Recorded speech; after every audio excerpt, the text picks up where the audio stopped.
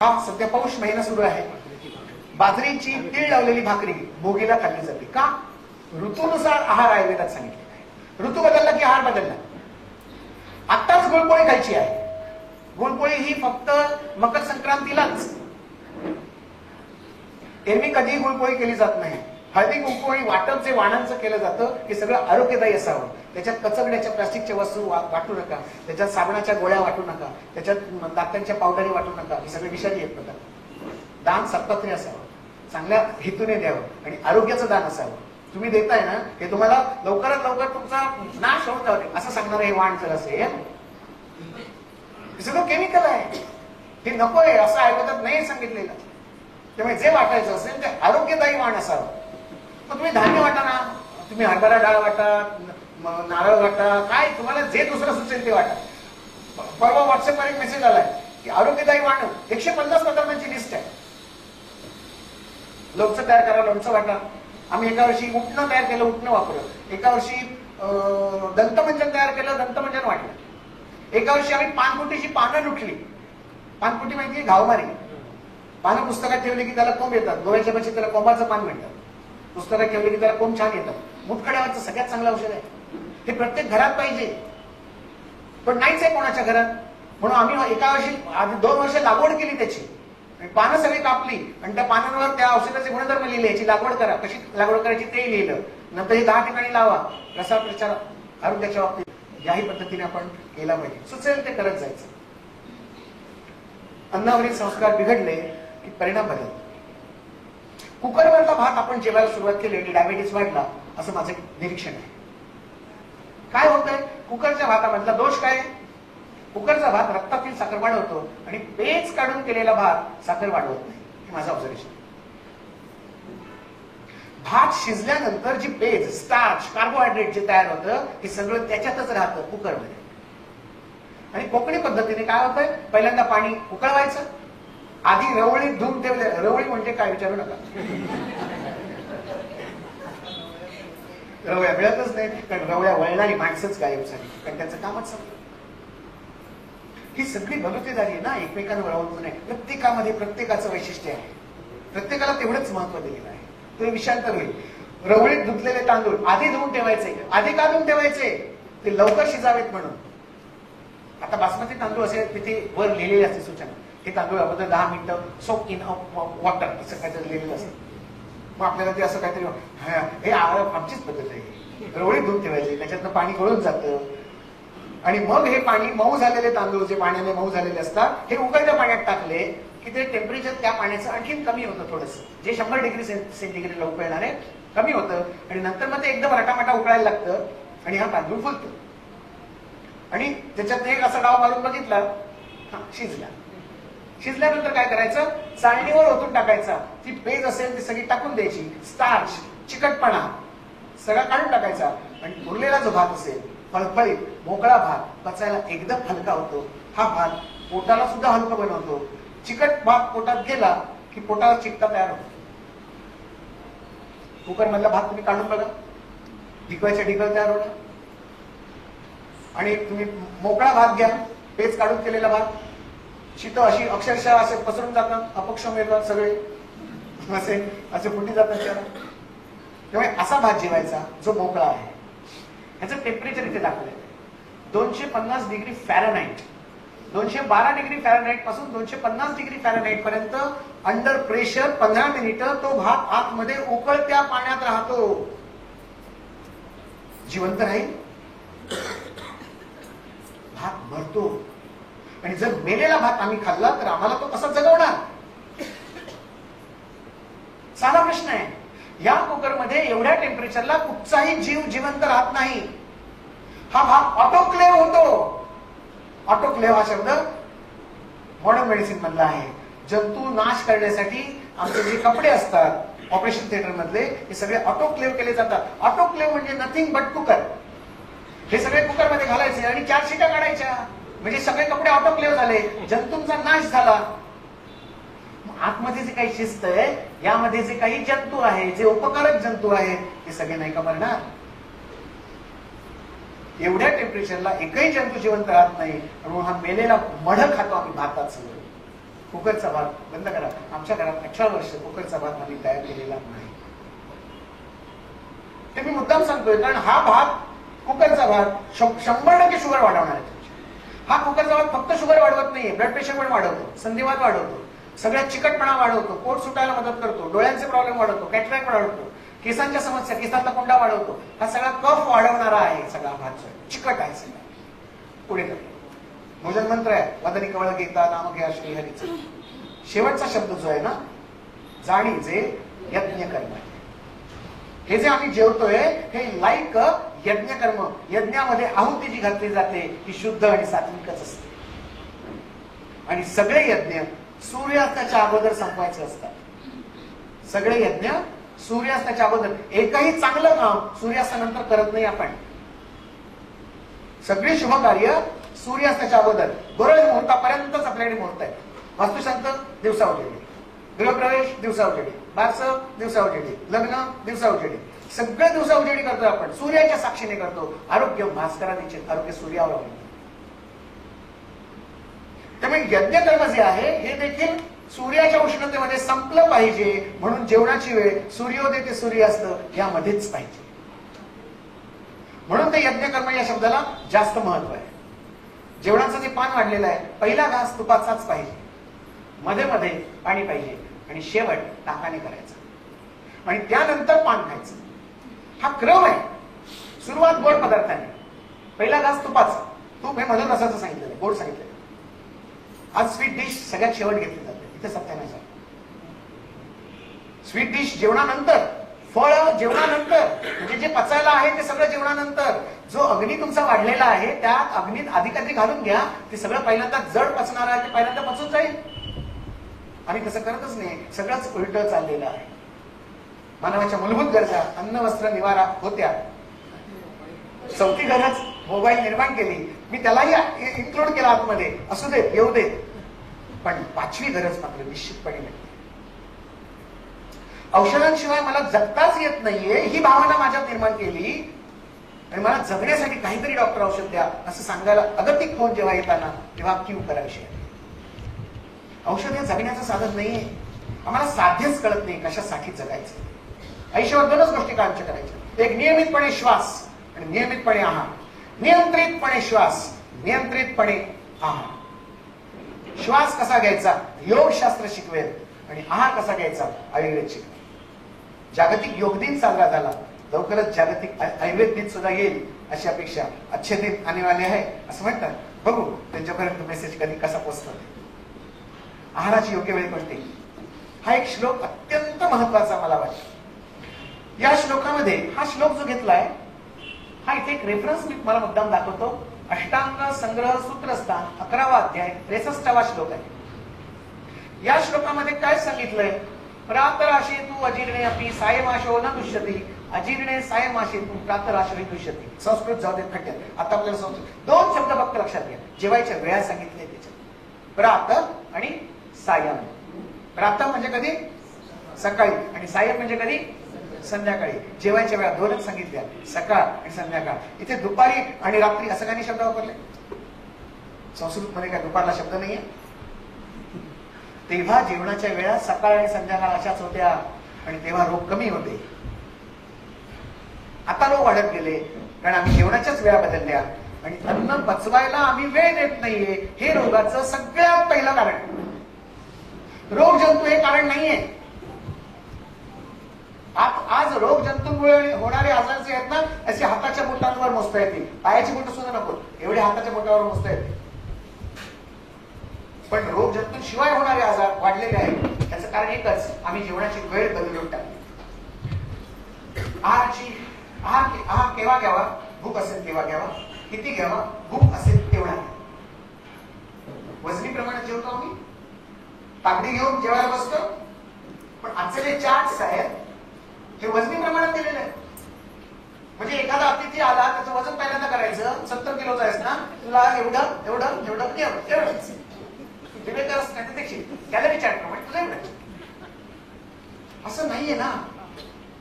किती जेवायचं, संतुष्ट होईपर्यंत जेवायचं, तृप्ती होईपर्यंत जेवायचं. समाधान मिळेपर्यंत जेवायचं. पोट भरल्या काही विशिष्ट पद्धती आहेत सांगण्याच्या. मंडळी सावकाश जेवा असं सांगतात नाही यजमानी. सावकाश जेवा या शब्दाचा अर्थ काय? सावकाश जेवा म्हणजे पहिल्या पंक्तीत बसा आणि शेवटच्या पंक्तीत उठा असं नाही. सावकाश म्हणजे स अवकाश. अवकाश म्हणजे पोकळी. पोटाचे 4 भाग करायचे. 2 भाग घन पदार्थाने, 1 भाग द्रव पदार्थांसाठी आणि 1 भाग अवकाश आकाशासाठी शिल्लक ठेवा आणि उठा आता. स अवकाश जेवा म्हणजे लवकर उठलात तरी चालणार आहे, पोटात थोडी जागा शिल्लक राहते असा त्या शब्दाचा अर्थ आहे. मिक्सर मध्ये समजा आम्हाला नारळ वाटायचा असेल तर झाकणापर्यंत नारळ जर येऊन अडकला तर नाही वाटला जात. यासाठी तिथे सुद्धा थोडं अवकाश शिल्लक ठेवणं आवश्यक असतं. म्हणजे तिथला अवकाश असेल ते फिरायला जशी मदत करतं तसं पोटामध्ये देखील फिरायला थोडी जागा शिल्लक ठेवा. इतकं जेवता की वरनं पोट घातलं तर काय खाल्लेलं समजतं, इतकं नको ना जेवून. थोडी जागा शिल्लक ठेवूया आपण. आरोग्य हे भास्कर म्हणजे सूर्यावर अवलंबून आहे. हा एक आणखी महत्वाचा श्लोक. हा श्लोक दाखवल्याशिवाय मला पुढे जाताच येत नाहीये, कारण ह्याचाही रेफरन्स मी तुम्हाला सांगतो. अष्टांग संग्रह. अष्टांग संग्रह हा वाग्भटांनी लिहिलेला आहे. वाग्भट हे नाव तुम्हाला आता राजू दीक्षितांच्या व्याख्यानातून कळलं असेल. त्यांनी जो लिहिलेला ग्रंथ आहे तो आहे अष्टांग संग्रह. त्यातल्या सूत्रस्थानातला 11व्या अध्यायातला, त्या अध्यायाचं नाव आहे मात्राशिती अध्याय, श्लोक क्रमांक 64 ते 68. रेफरन्स दाखवल्याशिवाय हाती पटत नाही.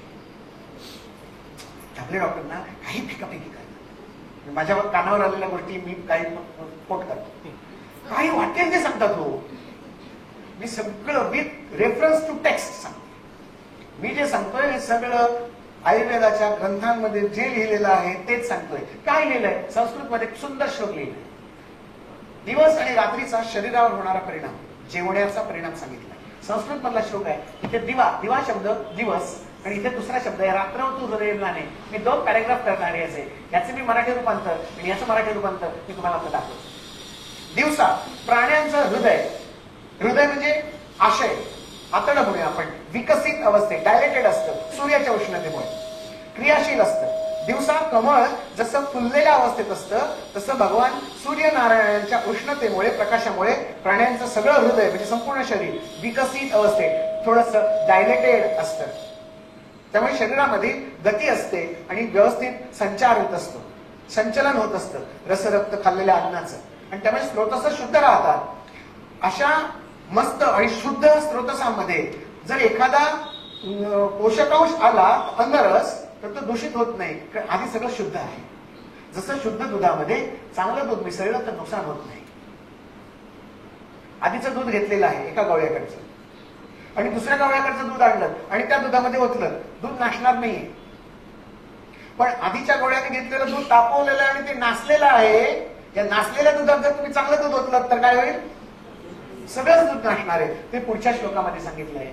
परंतु रात्र हृदय म्हणजे सगळी आतडी स्रोतस म्लान अवस्थेत असतात, संकुचित अवस्थेत असतात, सूर्य नसतो, संकुचित अवस्थेत असतात. अशा वेळी स्रोतस कमी कार्यशील असतात. दिवसांच्या जशा हालचाली असतात तशा रात्रीच्या वेळेला होत नाहीत. स्रोतसांमध्ये चिकटपणा निर्माण होतो आणि त्यामुळे स्रोतसांमध्ये जे काही अन्नरस आलेले असतात ते सगळे चिकटून बसतात आणि या चिकटलेल्या अन्नामध्ये वर्ण तुम्ही काही टाकलं तरी ते सगळं चिकटूनच जाणार आहे. जसं नासलेल्या दुधामध्ये चांगलं दूध मिसळलं तर सगळंच दूध नासतं तसं. म्हणजे रात्री खाल्लेलं अन्न जर पचलं नाही तर त्याच्यात परत वर्ण टाकू नका, इतका स्पष्ट आदेश इथे दिलेला आहे. दिवसभर आपल्या शरीराच्या खूप हालचाली होत असतात. जसं रेल्वेचं इंजिन धावत असताना त्याला इंधन जास्ती लागतं, पण रेल्वेचं इंजिन चालू अवस्थेत प्लॅटफॉर्मवर जर उभं असेल तर त्याला इंधन कमी लागतं. तसं शरीर दिवसा तुम्हाला खूप धावायचंय, त्याला इंधन जास्ती लागेल. दिवसा भरपूर जेवा, पण रात्री जिवंत आहात पण नुसत्या झोपलेल्या अवस्थेत आहात, इंधन कमी लागणार आहे, म्हणून रात्रीचं जेवण कमी घ्या. साधं सोपं. आज झालंय काय, नेमकं उलट झालंय. दिवसा आम्ही वाचा कुठेतरी चहा काहीतरी बुचकळलं, सँडविच खाल्ला आणि धावतोय, आणि रात्री कसं मस्त निवांतपणे जेवता येतंय. कशी सगळी 4 माणसं असतात, मग जेवण चांगलं जातं. आणि चर्चा कसल्या असतात? अभ्यास केलास का रे, काय शिकवलं आज? अभ्यासाच्या चर्चा जेवताना करायच्या नसतात. त्याचा मुलाच्या तब्येतीवर परिणाम होतो, अन्न लागत नाही. मी मुलांना विचारतो, जेवण असताना तुला काय नकोय जेवणातलं? तर तो आईकडे बोलतो, आई नकोय. जेवताना आई नकोय म्हणजे काय? सातत टोचत असते, हेच खाल्लं पाहिजे, हे तुझ्यासाठी चांगलं आहे, पालेभाजीच का? आणि मला ती आवडत नाही हो डॉक्टर काका, मला ती उसळ आवडते, उसळ करतच नाही. बटाट्याची कापं मला आवडतात, ती करतच नाही, आठवड्यात एकदाच करते. माझ्या आवडीचं जे आहे हे जर मी खाल्लं तरच ते मला पचणार आहे. जे आवडत नाहीये ते खाल्लं तर ते पचत नाही आणि अंगालाही लागत नाही. कारल्याची भाजी आहे, मला ती आवडत नाहीये आणि मी जर खाल्ली तर 100% माझं पित्त वाढणार. कारल्याची भाजी औषधी म्हणून यांनी खाल्ली, त्यांची शुगर डाऊन होणार, कारण कारलं शुगर कमी करायला मदत करते. पण चिमेबाईंना कारलं आवडत पण नाहीये आणि टाकूनही देता येत नाहीये, खाल्लं की खाल्लं, काही प्रॉब्लेम नाहीये त्यांच्यावर. त्याचा कारल्याचा काहीही परिणाम होणार नाही. कारलं एकच आहे, माझ्या मनाचा सहभाग त्याच्यात कसा आहे, संकल्प माझा खातानाचा कसा आहे, त्याच्यावर त्याचे परिणाम अवलंबून राहणार. दिवसाचं पचन 8 तासात पूर्ण होतं. समजा आपण दुपारी 12 वाजता जेवलो, भूक किती वाजता लागते? 8 तासांनी भूक लागते दिवसा, म्हणजे रात्री 8 वाजता परत भूक लागते. म्हणजे दिवसाचं अन्न पचायला केवळ 8 तास लागतात. आता रात्रीचं पचन बघू. रात्रीचं समजा आपण 8 वाजता जेवायला सुरुवात केली, रात्रीचं पचन 8 तासात पूर्ण होत नाही. रात्री समजा 8 वाजता जेवायला सुरुवात केली, रात्रीचे 9, 10, भूक परत कधी लागणार आहे ते आपण बघतोय. चरचरीत भूक सकाळी 8 वाजता 9 वाजता लागत नाही, चरचरीत भूक दुपारी 12 वाजता भूक लागते. किती वेळ गेला? 16 तास गेले. दिवसाचं जेवण पचायला फक्त 8 तास खर्च झाले आणि रात्रीचं जेवण पचायला 16 तास. रात्रीच्या वेळा पचनाला एवढा वेळ का लागला? एकच कारण, सूर्य नसतो. आता कळत पडला, बाहेर कावळा खाताना दाखवा मला, चिमणी खाताना दाखवा, पोपट खाताना दाखवा, कबूतर खाताना दाखवा, त्यांच्याकडे कोण पेशंट दाखवा, त्यांच्याकडे कोण डॉक्टर दाखवा, त्यांना झालेले रोग दाखवा. तो कावळा असं म्हणतो का की मला अजीर्ण झालंय, मी तो उंदीर खाणार नाही, मला जरा भाजलेली भाकरीच बरी. कावळा एकही नियम पाळत नाही. गटारात पडलेला उंदीर सुद्धा कावळा खातो, कीड पडलेला उंदीर सुद्धा कावळा त्याच आवडीने खातो आणि विष घालून मारलेला उंदीर सुद्धा कावळा त्याच पद्धतीने खातो. आणि सगळे उंदीर कावळा फस्त करून पचवतो. का? सूर्योदय ते सूर्यास्त याच 12 तासात खातो आणि पचवायला पुढचे 12 तास वापरतो. पचवणारा कोण? तोच जो माझ्या शरीरात आहे, तोच त्याच्या शरीरात आहे, भगवान विष्णू. हेच सांगितले ना, प्रत्येक प्राणी मात्रामधला देव एकच आहे, तो हाच आहे, दुसरा कोणी नाहीये. आणि त्यांचा नियम तोच आम्हाला जर वापरला तर आमचा काहीच प्रॉब्लेम नाही. आम्हाला हेच चुकत आहे आणि आमच्या लक्षात नाही येत आम्ही खातोय. रस्त्यावर मी रात्री 10:30 वाजता येताना एक मांजर रस्त्यावर मेलेलं होतं, इथे समोरच्या दरवाजात. मी घरी आलो, येताना माझ्या मनात विचार आला, रे बिचारे मांजर मेलं. दुसऱ्या दिवशी सकाळी 6 वाजता मला दूध आणायला मिलिंद देसाईच्या दुकानावर जायचं. मी गेलो मिलिंद देसाईकडे. जाताना मी माझी बाईक जशी बाहेर काढली तसे त्या मांजराभोवती काही मेलेल्या मांजराभोवती 10-15 कावळे येऊन बसलेले होते. ते कावळे त्याला खात होते. मी जेव्हा गाडी अशी पुढे नेली, सगळे कावळे भरून उडून गेले आणि मी आरशात बघितलं. माझी गाडी पुढे गेल्यानंतर ते सगळे कावळे परत खाली आले आणि परत खायला. मिलिंद देसाईकडे माझी 10-15 मिनिटं आमच्या गुढीपाडव्याच्या फेरीविषयी चर्चा होती. ती चर्चा केली आणि एक अर्ध्या तासात आम्ही परत आलो. परत आल्यानंतर जे मांजर बघितलं, अर्ध्याहून अधिक मांजर फस्त झाले. आंघोळ करताना माझ्या मनात विचार असा आला की ते मांजर रात्री 9:30-10 वाजता तिथे मेलेलं होतं. रात्रभर तिथे एकही कावळा का नाही आला? रात्रभर त्यांना ट्रॅफिक मधला काहीच प्रॉब्लेम नव्हता. दिवसाचा एवढा प्रॉब्लेम, गाडी आली की उडून जायचं, परत गाडी आली की गेली की परत खाली यायचं, किती त्रास. त्यापेक्षा रात्री मस्त सुशागात जेवता आलं असतं, नो डिस्टर्बन्स. पण त्या कावळ्याने असं का केलं नाही? मग असं लक्षात आलं की त्यांना दिसत नव्हतं रात्रीचं, म्हणून खाल्लं नाही. मग मी विचार केला, आम्हाला तरी कुठे दिसतं रात्रीचं? आम्हाला पण दिसत नाहीये रात्रीचं, मग आम्ही सुद्धा दिवे लावूनच जेवतोय. म्हणजे काहीतरी गडबड होते कुठेतरी. म्हणजे एक सिमिलॅरिटी मला दिसायला लागली पशु पक्ष्यांमध्ये आणि मनुष्य प्राण्यांमध्ये, ती दिसणं, रात्रीचं न दिसणं. मग तो नियम ते पाळतायत म्हणून त्यांच्याकडे कोणी पेशंट नाहीये. त्या दिवशी संध्याकाळची एक गोष्ट घडलेली सांगतो. संध्याकाळी बायकोने ऑर्डर काढली, माझ्याबरोबर आज तुम्ही रेशन दुकानावर त्या सहकारी संघामध्ये यायचंय. तिथे गेलो, गाडी लावली, ती नेहमीची खरेदी करते, लुडबुड माझी आवडत नाही, मी गाडीत बसलो आणि ते रेशनचं दुकान जे आहे त्या रेशन दुकानाच्या समोर एक गुलमोहराचं झाड आहे आणि रेशन दुकानावर येणारं खाली पडलेलं धान्य वेचण्यासाठी चिमण्यावरनं खाली यायच्या, थव्याच्या थव्याने खाली यायच्या. एक सायकलवाला आला, चिमण्या सगळ्या बरोबर उडून गेल्या. मी त्या चिमण्यांकडे बघत राहायचो. खूप माझा वेळ खूप मस्त गेला, अर्धा पाऊण तास. तेवढ्या बायकोचा फोन आला आणि तिने सांगितलं की साई मंदिरकडे गिरणीवर दळणाचं पीठ ठेवलेलं आहे, ते जाऊन घेऊन ये. ठीक आहे, आणतो. गाडी तिथेच लावली आणि चालत निकोटकडनं तिथनं साई मंदिरच्या समोरच्या गिरणीमध्ये गेलो आणि ते दळण घेतलं आणि मी परत आलो, ठेवलं आणि परत पुन्हा त्या चिमण्यात बघायच्या. एकही चिमणी नाही. अरे 10-15 मिनिटांपूर्वी चिमण्यांचे थवेच्या थवे होते आणि एवढ्या चिमण्या गायब कशा झाल्या? नंतर घड्याळात लक्ष गेलं, म्हटलं सूर्यास्त झाला, आता त्या चिमण्या येणारच नाहीत, कारण सूर्यास्तानंतर कुठचेही पशुपक्षी खात नाही. मग लख्ख प्रकाश पडला की नाही, या निसर्गाचे काही नियम आहेत. त्याच्यातला एक नियम असा आहे की सूर्य असेपर्यंत, जोपर्यंत माझ्या या डोळ्यांना दिसतंय तोपर्यंत खायचं, त्यानंतर जबरदस्तीने खायचं नाही. तेव्हा जेवणा खाण्याच्या ज्या वेळा आहेत ह्या आपल्याकडे आपण काय करतोय, सकाळी, दुपारी, संध्याकाळी आणि रात्री असं 4 वेळा आपण खातोय. काय खातोय? सकाळी नाश्ता करतो, दुपारी जेवतो, संध्याकाळी परत नाश्ता करतो आणि रात्री परत जेवतो. मला तुमच्या पोटावर अजिबात गदा आणायची नाही, तुमच्या आवडीनिवडींवर अजिबात मला बंधन आणायची नाहीये. मी पहिल्यांदाच एक वाक्य सांगतो की तुम्ही सगळं खायचंय, काहीही खायचं नाही असं करू नका. सगळ्याच्या सगळं खायचं, आवडीने खायचं, आवड निर्माण करून खायचं. खाताना भीती बाळगू नका आणि खाल्ल्यानंतर काय खाल्लं हे आठवू नका. इथे गडबड होते. खाल्ल्यानंतर आठवत बसलो की ऍसिडिटी वाढते.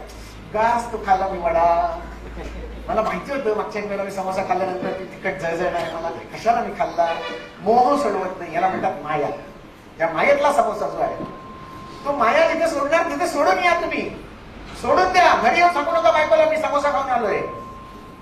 विसरून जा सगळं. जसं समोशाचं तसं जिलबीचं सुद्धा. काय खाताय नंतर आठवत बसू नका. आठवत बसला तरी सिक्रेशन वाढतायत शरीरातली, एवढं लक्षात ठेवा. चिंच म्हटली तरी तुमच्या तोंडाला पाणी सुटतं. असे झरेच येतात, पाझरतात सगळे. धबधबा नुसता तोंडात येत असेल, आतमध्ये पोटात पण तसेच तयार होत असतात. आणि त्याला पचवायला जर चिंच मिळाली नाही तर तो तुमच्या आतड्यांचं पचन करायला सुरुवात करतो. या जेवणाच्या वेळांमधल्या हे जे काही प्रकार आहेत हे अजिबात बदलू नका असं मी म्हणेन, पण फक्त वेळ बदला. काय बदलायचं? सकाळी जो नाश्ता करताय, सकाळी जेवा, दुपारी नाश्ता करा, संध्याकाळी जेवा आणि गरज लागली तर रात्री नाश्ता करा. 24 तासातलं जेवण बंद करू नका. मी पहिलंच सांगितलं, पारंपरिक आहार बदलू नका, तोच घ्या. तुम्हाला नॉनव्हेज पाहिजे, घ्या नॉनव्हेज. तुम्हाला पनीर पराठा पाहिजे, घ्या पनीर पराठा. तुम्हाला आणखी काही फ्रँकी पाहिजे, घ्या फ्रँकी. फ्रँकी आहे का? ती पोळी भाजीच आहे, फक्त गुंडाळलेली आणि काय नाही काढायला. पिझ्झा म्हणजे काय? थालीपीठच ना ते, मैद्याचं थालीपीठ. आम्ही फक्त त्याच्यातच ते कांदा टोमॅटो घालून ते भाजतो. पिझ्झा म्हणे का आपण त्याला? त्यांनी पिझ्झा म्हटला, आम्ही थालीपीठाला पिझ्झा म्हणूया आणि खाऊया. पण म्हटलं त्याला थालीपीठ म्हणायला पाहिजे. युक्ती पाहिजे आपल्याकडे. फक्त मुलाला जे पाहिजे तेच करून द्या, जे तुम्हाला हवंय. नाव बदला ना, कोणी सांगितलं नावाचीच ठेवायला? हे फक्त करा म्हणजे तुमचे सगळे प्रॉब्लेम मिटतील. जेवणाच्या वेळा 2च, सकाळी आणि संध्याकाळी.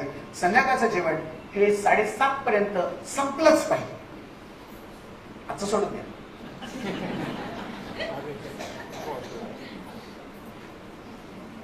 कधीतरी असा अपवाद चालतो. महिन्यातनं एखाद दुसऱ्या वेळेला उपवाशी किंवा जेवणात रात्री तरी चालेल. आपल्याकडे संकष्टी नसते का? संकष्टीचा उपवास कधी सोडतो आपण? रात्री 9:40, 9:42, 9:54 असाच असतो. चतुर्थी आहे ना ती. चंद्रोदय झाल्यानंतर जेवायचं. बघा किती सुंदर आपल्याकडे रचना सांगितली आहे. चंद्राचं दर्शन घेतल्याशिवाय जेवायचंच नाही असा नियम. म्हणजे उशिराच जेवा हा एक नियम केला. पण महिन्यात अशा संकष्ट येतात किती? फक्त एकदा, नाही तर जास्तीत जास्त 2दा. लक्षात येते? याचा अर्थ बाकीचे 28 दिवस चंद्रदर्शन घ्यायच्या अगोदर जेवायचं, म्हणजे सूर्यास्ताच्या अगोदर जेवायचं. हा पुन्हा नियम सिद्ध झाला. 2 दिवस अपवाद असे चालतील. महिन्यातनं 2 दिवस करा पार्टी, डिनर पार्टी चालेल, नो प्रॉब्लेम. पण पहिला नियम पाळा.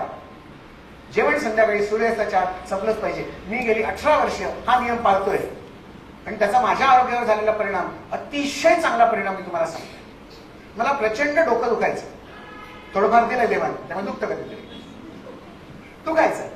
मला लक्षात यायचं की पित्ताने दुखतंय, पण पित्त कशाने वाढतंय हे माझ्या काही गेल्या लक्षात येत नव्हतं. पण मी अँटासिड सगळी घेऊन झाली, आयुर्वेदातली कामदुधा, प्रवाळ पंचामृत ही सगळी औषधं घेऊन झाली, तरी ते पित्त काही कमी होत नव्हतं. माझ्या तोंडात फोड यायचे, उष्णतेचे फोड. एका वेळेला 32 फोड असायचे तोंडामध्ये, पांढऱ्या रंगाचे फोड. माझ्या पायातनं प्रचंड क्रॅम्प्स यायचे. म्हणजे मी अशा चिंध्या गुंडाळून ठेवायचो, सोडणं म्हणजे बांधून ठेवायचो मी पाय, इतके माझे पाय दुखायचे. डोकं प्रचंड उलटी झाल्यासारखी सतत वाटायचं, चक्कर आल्यासारखी वाटायचं. सर्दी तर कायमची 5वीलाच पोचली असायची. शिंका तर एकदा सुरू झाल्या की 100 शिंका नॉनस्टॉप यायच्या. हे सगळे आजार मी अनुभवलेले आहेत. त्याची आयुर्वेदातली औषधं सुद्धा मी खाऊन झालेली आहेत, आणि आजार काही कमी झालेले नव्हते. मी फक्त हा एक बदल केला आणि माझे सगळे आजार कमी झाले. आणि हा आजार सगळ्यांचा कमी व्हावा मी सगळ्यांना एक पथ्य सांगायला लागलो की जेवण सूर्याच्या चात करा. कारण त्या चिमण्याने आणि त्या मांजराने, मेलेल्या मांजराने आणि जिवंत कावळ्याने मला काही हिंट दिल्या, आणि मला एक असा चमत्कार घडल्यासारखा झाला. आणि त्याच्यातलं आयुर्वेदातली सूत्र मी शोधायला लागलो. नंतर ही सूत्र आधीच लिहून ठेवलेली होती, मी ती नंतर शोधली. आणि मग लक्षात आलं की अरे येस, हे बरोबर आहे, विज्ञानामध्ये आयुर्वेदामध्ये हेच सांगितलेलं आहे. मग त्या पद्धतीत मी सगळा डाएट प्लॅन तयार करायला लागलो. डाएट प्लॅन म्हणजे काय, तेच सूर्योदय ते सूर्यास्त खायचं, सकाळी 10 वाजता भरपूर जेवायचं, गरज लागली तर दुपारी एखाद दुसरा लाडू खायचा, आणि संध्याकाळी पुन्हा 6-7 वाजता पोटभर जेवायचं, रात्री जेवायचं नाही. सवय होण्यापर्यंत. आता गेल्या 50 वर्षांची सवय आहे जेवायचं, आणि मस्त भरल्या पोटी कशी झोप मस्त लागते हो. ही भरल्या पोटी घेतलेली झोप ही डायबिटीसचं कारण आहे. जेवण आणि झोप याच्यामध्ये 2 ते 3 तासांचं अंतर पाहिजे, तर सगळं अन्नावरचं थराने खाली येत जाईल आणि व्यवस्थित संडास साफ होईल. दुसऱ्या दिवशी सकाळी 6 वाजता कुठल्या संडास साफ होण्यासाठी त्या अन्नाचा प्रवास संध्याकाळी 6 वाजता सुरू झाला पाहिजे. मला इथून मुंबईला जायचं असेल, किती तास लागतील प्रवासाला? मला 6 वाजता मुंबईला पोहोचायचंच आहे. मधलं सगळं ट्रॅफिक, रस्त्यांचं दुरुस्तीचं काम, स्पीड ब्रेकर, पोलीस, टोल, सगळ्या म्हशीगाई, आरटीओ सगळं गृहीत धरलं. 6 वाजता जर मला मुंबईत पोहोचायचं असेल, कमीत कमी मला संध्याकाळी 6-7 वाजता कुडाळ सोडलं पाहिजे. हा 12 तासांचा प्रवास जसा आहे तसा या अन्नाचा प्रवास संध्याकाळी 6-7 वाजता सुरू झाला तर तो या 12 तासांमध्ये 30 फूट आधळ आहे आतमध्ये. अशी वेटोळं बसवलेलं, हे सगळ्या ट्रॅफिक मधनं त्याला वाट काढत पुन्हा बाहेर पडायचंय. सकाळी 6 वाजता ब्राह्म मुहूर्ते उत्तिष्ठेत जीर्ण अजीर्ण निरुपयन हा पहिला श्लोक सांगितलाय. उठल्या पहिल्यांदा 2 नंबरचा कॉल आला पाहिजे, आणि 5 मिनिटात परत बाहेर आलं पाहिजे. आतमध्ये 15 मिनिटं नाही चालणार. 2 नंबरला 15 मिनिटं समजलं, संपलं सगळं. 5 मिनिटात आत अंथरुणातून बाहेर पडल्या आणि पुन्हा 5 मिनिटात बाहेर की समजायचं आहा दिवस मस्त जाणार, पोट हलकं झालं. याला म्हणतात शौचानंद. मिळाला की नाही? मिळाला पाहिजे. तो जर हलकं झालं पोट, समजायचं फाईन. 7 पर्यंत तुम्ही सांगताय हो, पण प्रॅक्टिकली आम्हाला अजिबात शक्य नाही, आम्ही येतच नाही घरी. तर दुसरा सोपा पर्याय सांगतो,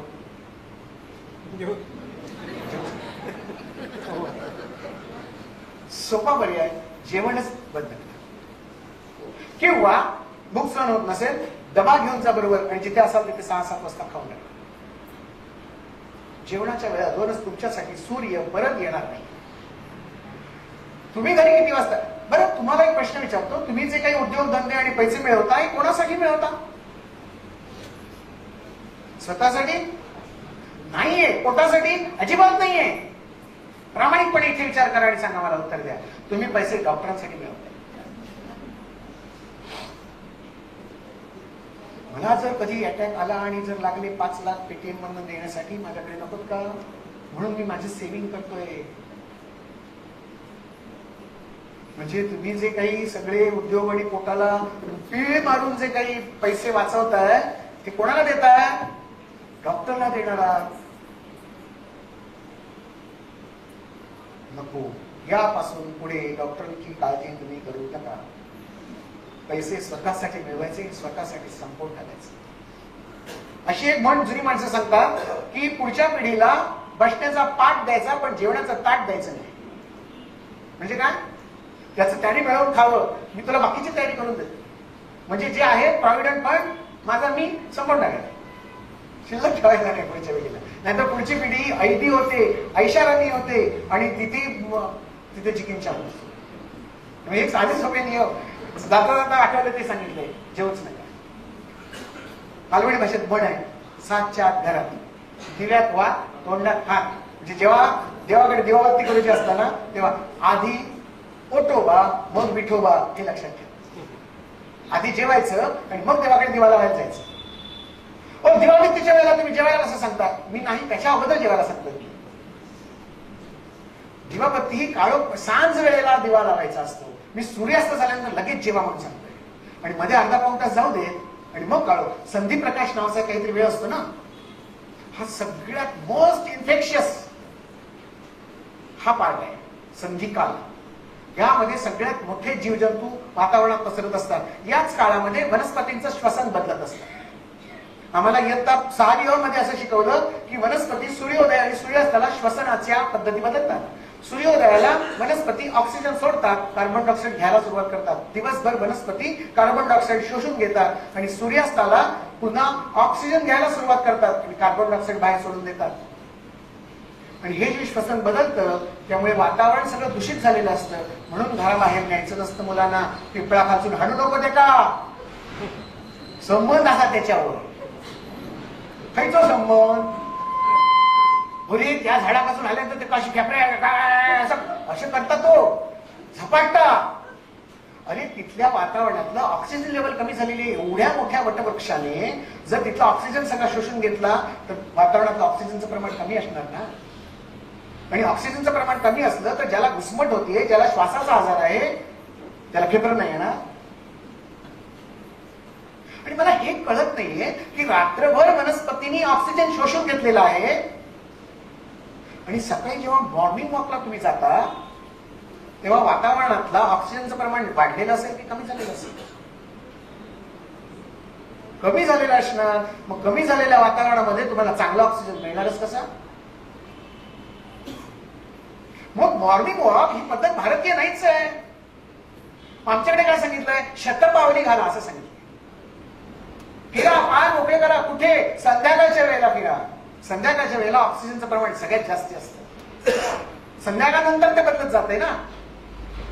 थोडा उलटा विचार करायची सवय लावून घेऊया आपण. आम्हाला विज्ञानाने किंवा आम्हाला आमच्या शिक्षण पद्धतीने उलटा विचार करायची सवयच लावली नाही. आम्हाला फक्त झापड लावलेल्या पद्धतीनेच शिकवलं आणि आम्हाला तेच मान्य आहे. तर मी दुसरा एक विचार सगळ्यांना सध्या सांगतोय की शाळेतलं शिक्षण देऊ नका, शाळा बाह्य शिक्षण, होम स्कूलिंग सुरू करा, जे अत्यंत आवश्यक आहे मुलांचं. मी तुम्हाला एक प्रश्न विचारतो, सगळ्यांचं उत्तर तेच असणार. A for, B for, C for, कारण तुम्ही तेवढंच पाठ केलेलं आहे. अननस. अडकित्ता आम्हाला कधी आठवणारच नाही, कारण आम्हाला अडकित्ता कधी सांगितलाच नाही. कारण आम्हाला विचार करायची संधीच दिली नाही. तुम्हाला फक्त एवढंच शिकवलेलं आहे, तेवढाच विचार तुम्ही करायचा. ही इंग्लिश पद्धत, ही पाश्चिमात्य शिक्षण पद्धत झाली. ने सुरू होणारे 10 शब्द मला सांगा, 10 वस्तू मला सांगा. नाही सांगता येणार आहेत तुम्हाला, एवढ्या सगळ्यांना नाही सांगता येणार. काय प्रश्न विचारला? ने सुरू होणाऱ्या 10 वस्तू ज्या दाखवता येतील सांगा बघूया. फक्त ने सुरुवात होणार आहे. अडकित्ता मी सांगितलं. अननस. अंबारी वर टिंबा आलं. आंबा आला. अजगर. 2 झाल्या वस्तू, 3 झाल्या. 10 पाहिजे. 10 मिनिटात नाही 10 करता येत. अमृत नाही दाखव. अमृत बघितलं तुमचं? अनारसा. अडुळसा. हे आता काय करतोय मी? तुमचं चिंतन आणि मनन सुरू करायला. जी प्रोसेस तुमची हँग झालेली होती ती प्रोसेस मी सुरू केली. का? प्रश्न विचारला आणि मुलांनी प्रश्न विचारणं आवश्यक आहे आणि आईने उत्तर देणं आवश्यक आहे. मुलाने विचारलेल्या प्रत्येक प्रश्नाला आईकडे उत्तर असेलच असं नाही, कारण आई सुद्धा त्या पाश्चात्य बुद्धीने भ्रष्ट झालेली आहे. पण मला आज प्रश्नाचं उत्तर येत नाहीये, मी तुला अभ्यास करून उद्या सांगते, हे उत्तर आईचं पाहिजे. उगाच काहीतरी प्रश्न विचारू नकोस वेळेवाकडे. इथे शिक्षण संपलं. शिक्षणाची पद्धत आमची चुकली आणि त्यामुळे सगळंच पुढचं चुकत गेलंय. आमची विचार करायची पद्धत चुकलेली आहे. त्यामुळे चिंतनीय आणि मननीय हे जे व्याख्यानातले 2 विषय आहेत ते इथे येतात, सुरू होतात. आपण याच्यावर चिंतन करूया. मी माझा विचार जसा केला तसं तुम्ही तुमचा विचार करायला सुरुवात करा. दिव्यात वाट तोंडात राहा. गणपती बाप्पाचा दुपारचा नैवेद्य आमचा फुल राईस प्लेट असतो. 5 प्रकारची पक्वान असतात, 5 प्रकारच्या भाज्या असतात. सण काढतो, ऋण घेतो, कर्ज काढतो, पण सण साजरे करतो कशासाठी? ह्या गणपतीला रात्रीचा नैवेद्य काय असतो? फुल राईस प्लेट पुन्हा, दुपारचे उरलेले मोदक पुन्हा, ते आमच्यासाठी. गणपतीला काय? एखादा लाडू, एखादी नेवरी, एखाद्या वाटीवर दूध, एवढंच का? हा नियम आहे की दुपारी एवढं जेवायचं आणि रात्री एवढंच जेवायचं. अध्यात्मात पण तोच नियम सिद्ध होतो जो आपण व्यवहारात बघतो, जो आयुर्वेदात सांगितलेला आहे. मगाशी रेल्वेचं इंजिन जसं चालतं तेच उदाहरण इथे आहे. नाहीतर तुम्ही लंबोदर होणार आहात. एवढं लक्षात ठेवायचं. प्रश्न 3 त्याचं उत्तर एकच आहे. रोगांची संख्या का वाढली? झालेला रोग का कमी होत नाही? आणि आयुष्यभर औषधं का घ्यावी लागतात? ते बिरबल बादशाहचे ते 3 प्रश्न. पान का सडलं, घोडा का अडला, भाकरी का करपली? उत्तर एकच होतं, न परतल्यामुळे. या प्रश्नाचं उत्तर एकच आहे, वेळ न जेवणे आणि रात्रीचं वेळ न जेवणे. हे सूर्यास्ताच्या अगोदर जेवला तर हे सगळे प्रश्न मिटणार आहेत. अन्न पचायला देखील काही काळ जाणं आवश्यक आहे. काळ हे काही प्रश्नांचं उत्तर आहे. समय, टाइम हा तुम्हाला दिलाच पाहिजे. योग्य वेळी योग्य आहार हेच खरं औषध आहे. आहाराचं योग्य पचन झालं तरच साखर जाळली जाते आणि ऊर्जा निर्माण होते. जेवण आणि झोप याच्यामध्ये किमान 2 ते 2.5 तासाचं अंतर हवं. दुपारच्या वेळेला जी घेतली जाते त्याला वामकुक्षी असं म्हणतात.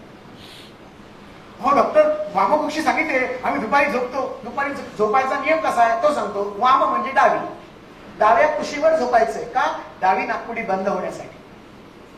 डावी नाकपुडी असं जर हात धरला तर डावी नाकपुडी बंद होते आणि उजवी चालू होते. हे श्वसन बदलवतो, नाडी बदलवतो. आणि ते झोपायचंय कसं? पंखा बघून, हा मस्त इथे गादी घालता येईल, मोमो उशी वर्ण पांघरून एसी सुरू करायचा. ही वामकुक्षी नव्हे, हे डायबिटीसचा हेतू आहे. दिवसाचं झोपणं, जेवल्यानंतरचं झोपणं ही वामकुक्षी नाही. वामकुक्षी जी सांगितलेली आहे ती इतकी सुंदर सांगितलेली आहे की तुम्ही बसायचं आणि असं लवडून राहायचं फक्त. म्हणजे खुर्चीवर आणि टेबलावर समजा जर बसायचं असेल तर खुर्चीवर असं बसायचं आणि असं झोपायचं. ही वामकुक्षी आहे. ताणून नेऊन झोपणं नव्हे. शरीर देखील बॅटरीवर चालतं. शरीराला एक बॅटरीची गरज आहे.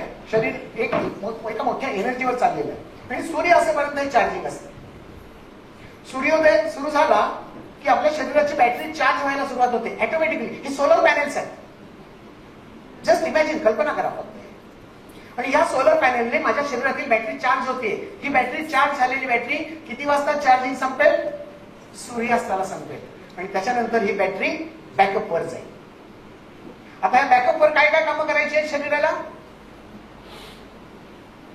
पेशींपर्यंत तयार पोषक अंश पोचवायचे, जे काही आपण खातोय ते पोचवायचं. पेशीतील टाकाऊ भाग गोळा करायचा, तो एक्झिटरी ऑर्गन्स पर्यंत आणून पोचवायचा. जुन्या पेशींचं विघटन करायचं. मृत पेशींना योग्य जाऊन नवनिर्मिती करण्यासाठी किंवा मध म्हणून टाकून देण्यासाठी रोगजंतूंना मारायचंय. नवीन पेशी तयार करायच्या. रोगप्रतिकार क्षमता वाढवायची. शरीर आणि मनाशी समन्वय साधायचा. ही रात्रीच्या वेळेला होत असते. पुन्हा एकदा सांगतो की हे रात्रीच्या वेळेला सगळं काम व्यवस्थित करता येतं, कारण बाहेरची सगळी कामं बंद केलेली असतात. तुमची मध्ये लुडबुड नको, माझं काम मी नीट करते, तसं पचन चांगलं असतं. रात्रीच्या वेळेला या बॅकअपवर या शरीराला ही सगळी कामं करायची असतात. मोबाईल चार्ज असताना जर त्याच्यावर मी व्हिडिओ बघितला तर मोबाईलची बॅटरी डाऊन होत नाही. मोबाईल चार्जिंगला लावलेला आहे आणि मी त्याच्यावर व्हिडिओ बघितला, काहीच प्रॉब्लेम नाही. पण चार्जिंग काढलं आणि मी व्हिडिओ बघितला तर काय होईल? माझी बॅटरी संपणार आहे. माझी बॅटरी जर पुरवून वापरायची असेल तर बॅकअपवर मी कमीत कमी काम करायचं. लाईट गेला, समजा इथल्या ह्या सगळ्या ट्यूबलाईट इन्व्हर्टरवर सुरू आहेत आणि लाईट गेला तर हा हॅलोजन सुरू ठेवायचा? सगळे पंखे सुरू ठेवायचे नाही. रात्रीच्या वेळेला तुम्ही जेवला की तुमच्या शरीरातला मोठा एनर्जी स्टॉक जो आहे तो युटिलाइज व्हायला सुरुवात होते. म्हणजे लाईट गेला आणि तुम्ही गिझर सुरू केला, लाईट गेला तुम्ही फ्रीज सुरू केला, लाईट गेला आणि तुम्ही मिक्सर सुरू केला, असं झालं शरीर चार्ज होत असताना हेवी काम त्याच्याकडनं करून घ्या. शरीराचं एक घड्याळ आहे ज्याला बायोलॉजिकल क्लॉक म्हणतात. हे घड्याळ समजून घ्यायचं. या घड्याळामध्ये जसे 3 काटे आहेत, हे 3 काटे हलण्यासाठी ही 16 चक्र फिरावी लागतात. जसं घड्याळ तसंच शरीर आहे. या शरीरामध्ये देखील हे जे 5 काटे आहेत, 1 2 3 4 आणि हे 5, हे 5 काटे फिरण्यासाठी आतील सगळी यंत्रणा तशीच फिरावी लागते, तर हे 5 अवयव येणार आहेत. या सगळ्या ज्ञानेंद्रियांचा, कर्मेंद्रियांचा, या सगळ्या अवयवांचा, मनाचा अवयवांशी, पचनाशी संबंध असतो. आपण हाताने जेवतो, तसंच डोळ्यांनी पण जेवतो, तसंच कानाने पण जेवतो, तसंच नाकाने पण जेवतो. तुम्ही म्हणणार कसं? वास घेऊन भजी खायची ती नाकाने खायची असते, जिलबी खायची ती डोळ्याने खायची असते, पापड खायचा कानाने खायचा असतो. आवाज आला पाहिजे पापड खाताना, कुडुम कुडुम असा आवाज जो येतोय ना, तो गंमत निर्माण करतो ना. आता मला सांगा, चहा तुम्हाला घ्यायचा आहे, गरम गरम चहा दिला तरच चहाची मजा आहे ना.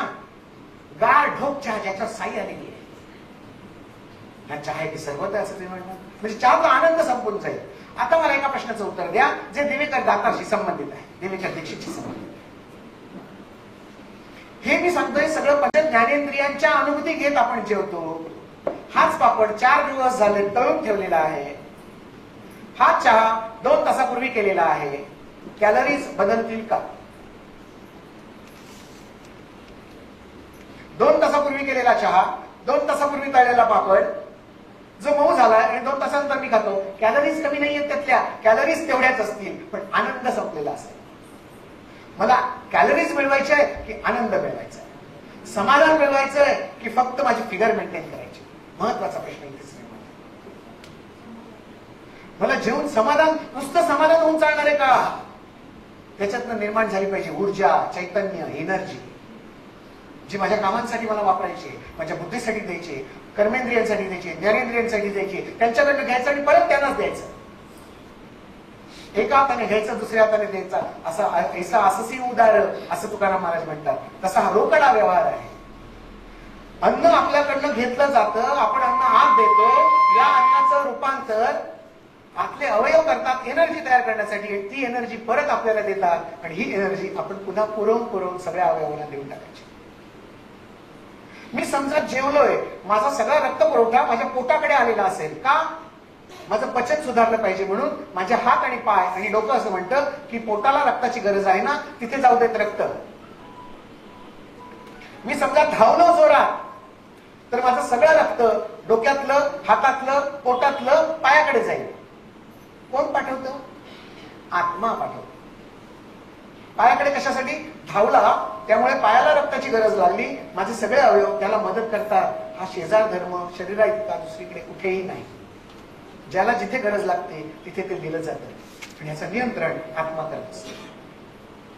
म्हणून जेवल्यानंतर जर तुम्ही धावलात तर पचन बिघडतं आणि पोटात दुखतं. आजी सांगते, अरे आता जेवलायस ना, धावू नकोस, पोटात दुखेल. का सांगते? तिला हे विज्ञान माहिती होतं, पण तिला हे माहिती असतं की जेवल्यानंतर रक्त पोटाकडे पाहिजे. ते जर पायाकडे गेलं तर पोटाकडचं बिघडणार, म्हणजे पोट बिघडणार. मी हातांचं काम समजा केलं, जिने चढून वर गेलो, झाडावर चढलो, घरावर चढलो, नळ्यावर चढलो, झाडझाड केली, साफसाफ केली, माझं सगळं रक्त हातांमध्ये येईल. तसं बुद्धीचं काम मी केलं, अभ्यास केला भरपूर, तर रक्त कुठे यायला पाहिजे? इथे यायला पाहिजे. आता मला एक सांगा, जे आयुर्वेदात सांगितलंय, जे अध्यात्मात सांगितलं, अभ्यासाची सगळ्यात चांगली वेळ कोणती? सकाळची. का? रात्रभर शरीर झोपलेलं आहे, मेंदूकडे रक्त आलेलं आहे, सगळे अवयव फ्रेश झालेले आहेत आणि अशा वेळेला मेंदूकडे रक्त गेलं तर बाकीच्या अवयवांचं काही नुकसान होत नसतं. म्हणून पहाटेच्या वेळेला अभ्यास करावा. आज काय चाललंय? रात्री 12, 1, 2 जास्ती जागरण करत नाही आम्ही. 12, 12:30 जेवतो आणि 1 दिवस झोपतो. ही आजची लाईफस्टाईल आहे.